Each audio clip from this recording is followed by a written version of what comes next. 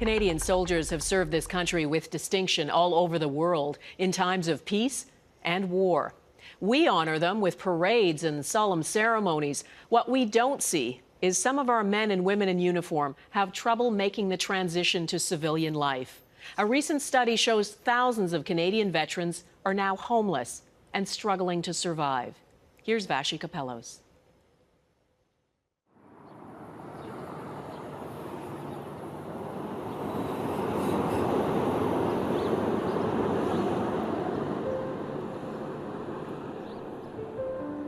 The underbelly of a city, and the people who live there. Remember, I used to feed the birds. They used to come first thing in the morning, and when they start chirping. Often forgotten, their stories are rarely told. We don't even make newspapers when we die. We don't get obits, we don't get nothing.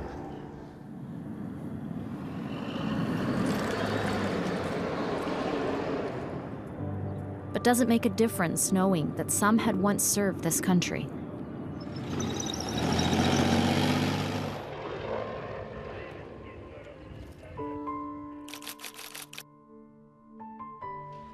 When you're in the forces, you always had somebody watching your back. All of a sudden, there's nobody, you know. It's a crisis that's been ignored for decades. Homelessness amongst Canadian veterans. Lauren Lorenzen says he was stationed with the Princess Patricias in Alberta for 5 years. Were you ever injured in the military? Yeah. He doesn't like to talk about his time in the service, but after he got out, Lauren says he was homeless for 32 years. He lived in this alley. That's where I slept, eh? Underneath that, see that, where the overhang is there? Hidden from the world, Lauren met Trish Drimnenke, an outreach nurse in Calgary 2 years ago. This is where we cooked, right there.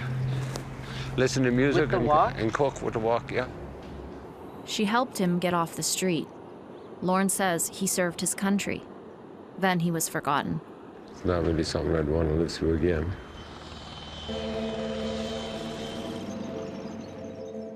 Whether in peace or at war, overseas or at home, when veterans fall, who is there to pick them up? A lot of these guys, they took a real chance signing up and joining because they were Canadian, because they believed in that. You know, I think it's the right thing for Canadians to take care of the vets.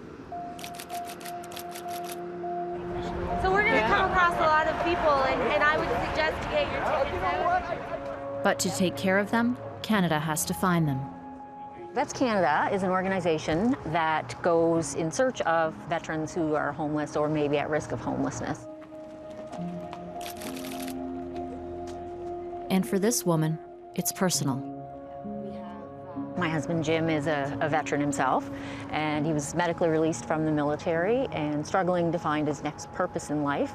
So he went to a Sunday supper at a church in Halifax, and he found a gentleman that he had served with in the military, and that gentleman was there getting a hot meal. I think that's tragic. It really is tragic. Whenever they can, Debbie Lowther and her team of volunteers patrol cities looking for those in need. We're looking for some veterans. Yeah. Yeah? Do you know of any? Yeah, my uncle is. Your uncle's a veteran? Yeah. Take care. We went to Veterans Affairs, and their reaction was, "You're wrong. There are no homeless veterans." That was 6 years ago. Since then, she's spoken to at least 1,000 vets. I did the Gulf War as well, brother. Pleasure to meet you. We found a veteran not that long ago in Ottawa who served 37 years with the RCMP. And he was living in a shelter in Ottawa, but he, through a series of events, wound up on the streets, suffering a lot of depression, and just didn't know how to get himself out of there. Her volunteers are mostly veterans, and the idea of a homeless brother can penetrate the toughest exterior. One of the sayings that we have is that the men and women who protected our home should not be without one. So it's very important.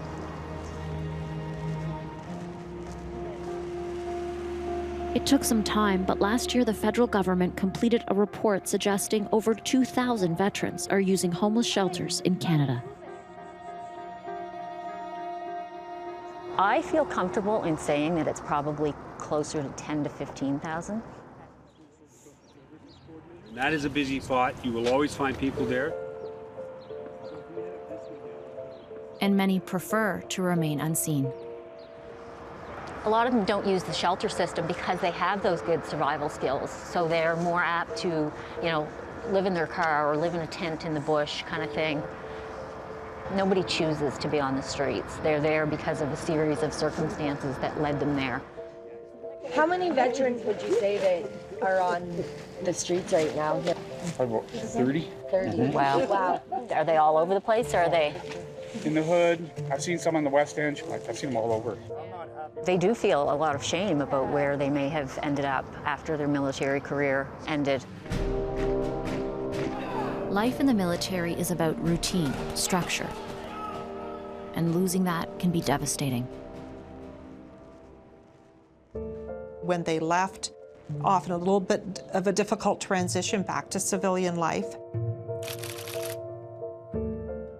Cheryl Forchuk was one of the first people in Canada to research homeless veterans.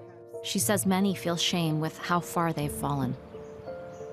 There's many layers to the onion, and certainly that idea of reclaiming the dignity and self-respect. It's like you've got a crisis happening in slow motion. Unlike some other populations, for vets, it's often a slow spiral into homelessness. Like a good decade often between the time they leave the service and the time they end up homeless, sometimes 20 years. That long descent also means homeless veterans are often older than homeless non-veterans, many over the age of 65. When they hit that point, they were in very serious trouble because they had lost their family and that support. They had lost their post-service employment. It would be at night that Lorne felt most alone. He, like others, had fallen through the cracks. They feel isolated, and they feel alone, and they feel like maybe they've been betrayed or let down. Is that how you felt? Did you feel betrayed? Let down? Sometimes in a way. Last year, Lorne was diagnosed with PTSD and is now getting help. There's going to be some support kicking in, maybe, coming down the road. And he's even gotten his own apartment. An address and a real, my name on a lease, that is my apartment. First time in 32 years. But thousands more are in need. There are services available to veterans when they leave the military, but they can be hard to access, especially if someone is homeless. It's a long, difficult process, and to be honest, the fight's gone out of them. They were trained for war. They weren't always trained for life after. This man goes by Walrus. He quickly opens up to his fellow veterans. We're all brothers. All done it. Yeah. He's a Canadian veteran who served in Vietnam, actually. And he's living on the streets with cancer. He's got PTSD. It's a bonding experience, a connection in sacrifice and pain, one of their own left behind. Well, we'll definitely be by to say hi for sure. Every time we get down here, we'll look for it. It was just really emotional. Take care, brother. Debbie offers to get Walrus off the street and into a hotel for the night, but he refuses. Well, you're not leaving without a hug from all your brothers. He said that he was too proud to ask for help, so he's going to stay where he is. So our volunteers are going to keep checking on him. And so his fight for survival continues.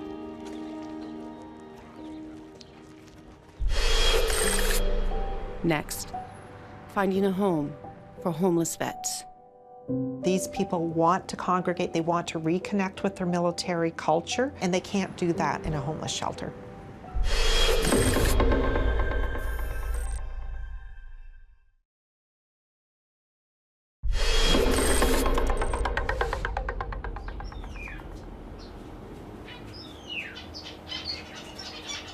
In the morning, they're really chirpy and sing. When they wake up in the morning, they're happy immediately, you know? For me, it takes a little longer sometimes to get going.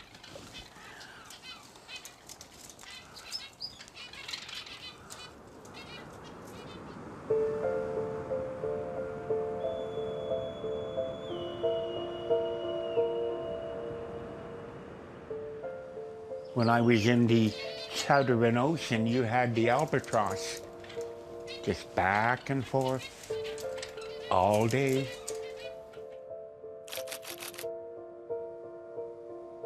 Peter Pauly likes to be reminded of his time in the service.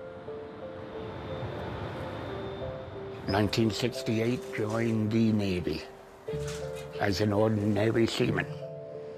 He spent 12 years in the Navy and would rather be on water than land. For me, just the solitude, the beauty, sunrise, sunset. I just enjoyed it. When I left the Navy, 1980 or 79, my final release date was 1980. Back at sea again. Back at sea. He traveled the world, but then the jobs dried up. When the shipyards closed, all my clients didn't have the money anymore. So I lost a lot of income. And soon Peter was left desperate to find work. Just because you're great in the military and you're well thought of, it doesn't mean that you're employable on the outside, because what have you got to bring? He made his way to Calgary and tried to get odd jobs, but nothing stuck. I couldn't keep a place. I'd rather drink than pay rent. I didn't like that job anyway. Back to a shelter. By 2000, he was on the street. I should know better, you know?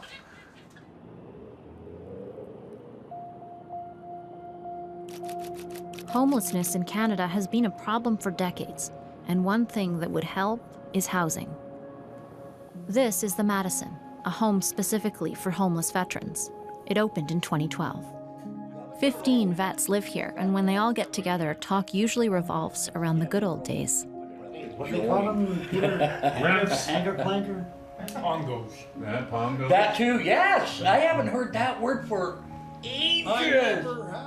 Homeless vets are in almost every major city, but there are only 4 programs like this in Canada. I've been living on and off in the shelters for 5 years, so I didn't even know about this place. One of the workers from home base told me about this. And I said, no, they won't take me. One of the things that we really found is that we can't use the same kind of programming as we use for other people, that these people want to congregate, they want to reconnect with their military culture, and they can't do that in a homeless shelter. But they can do that here, in a home that helps them regain some of the respect they may have lost on the street. Being in the military almost gives you a purpose, too, and it's something to be proud of. I tried a civilian job for a little bit. Didn't go so well. And I'm sure you guys know, right? Out of fluke, I applied to Calgary Police, and they were crazy enough to hire me. Constable Paul Fisher with the Calgary Police Service first met some of these guys when they were on the street, homeless. He also served with the Canadian Armed Forces.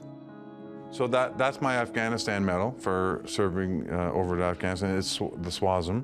The medals on his police uniform are a sign to other vets, a symbol of the bond they share. If a military veteran is homeless and I'm talking to him, he's going to say, hey, what's your SSM for? Or, you know, what do you do? Not every veteran went overseas. In fact, some of the guys at the Madison didn't. But to Paul, that doesn't matter. A vet is a vet, and he wants to find those that have fallen behind. When it's quiet and there's no call to rush to right away, I'll make a point of going to areas that are frequented by somebody that might be homeless and try to engage them in conversation and see who I'm talking to. Hey, buddy. An estimated 6% of Alberta's homeless population could be veterans. Hey, boss. Good, buddy. How you doing, Frenchie? Not bad. Yeah, you're looking good. And how they got there is part of some new research. The relationship between being homeless and being part of the military we found was not a straight line. Cheryl Forchuk has found that for many veterans, being in the forces was the best time of their life, and the transition to being a civilian can be difficult. This is a much more convoluted line. You're in the military enjoying it, it's the best time of your life, but it's planted the seed at the same time where you're starting into this heavy drinking. She compares it to an onion: alcoholism, depression, anxiety, battle after battle that could leave veterans vulnerable, struggles that could be caught earlier. While we're screening for things such as PTSD, we also need to be screening as people are released from the services for substance use, because we do have that long window for potential intervention. Man, then you're fighting addictions, you're fighting homelessness. Your health is down.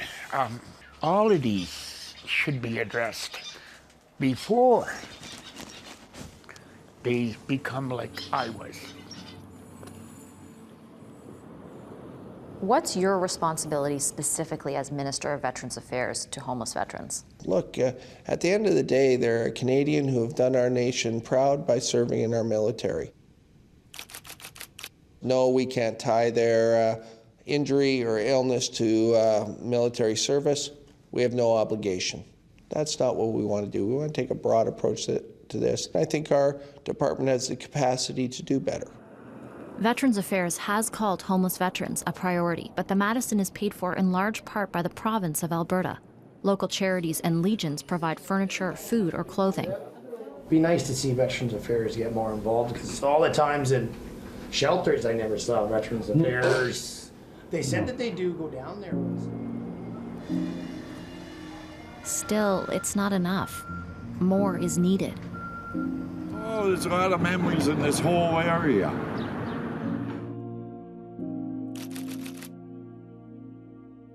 Jerry Zalischuk needed a place to live. Like this town here, you need 7 guys to rent a place around here, you know.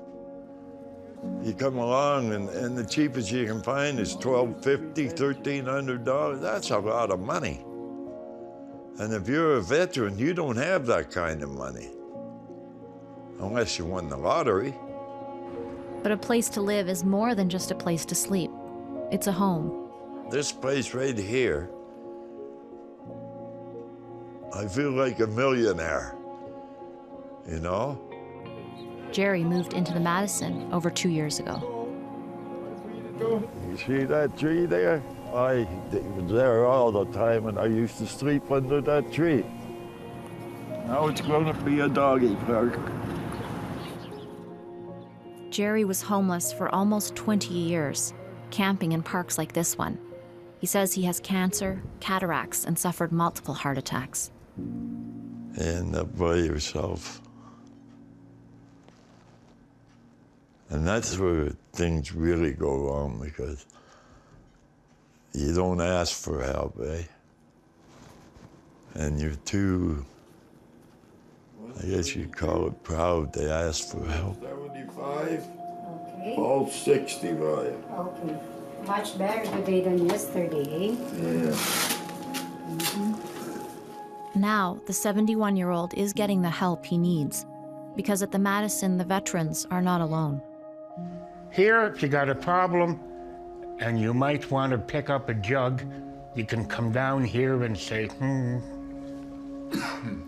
you're so true. And they'll talk to you. And taking veterans off the street and getting them into a home saves hundreds of thousands of dollars in hospital, police, shelter, and emergency costs. Catch them before they get a shopping cart. I think that's critical. It's cheaper, and then you get somebody productive into society again.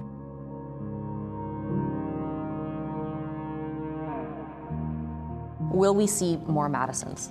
Can I commit today that you're going to see these all over the nation? No, but I can tell you this. I understand the importance of the work they're doing at Madison House. You know, I'm open-minded, and I understand that these places are working.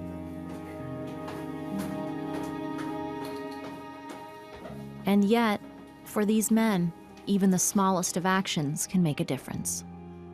You go in, and they say, anybody here served. So you put up your hand, they all stand, and clap. they didn't get me into this place here, then I wouldn't be alive today. I know that for a fact.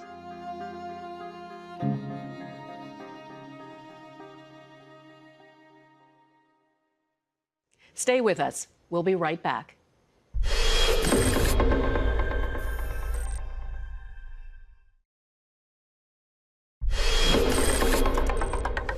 That is our broadcast for tonight. A reminder, you can always connect with us on Facebook and on Twitter or at globalnews.ca/16by9. I'm Donna Friesen. From all of us here at 16 by 9, thanks for watching.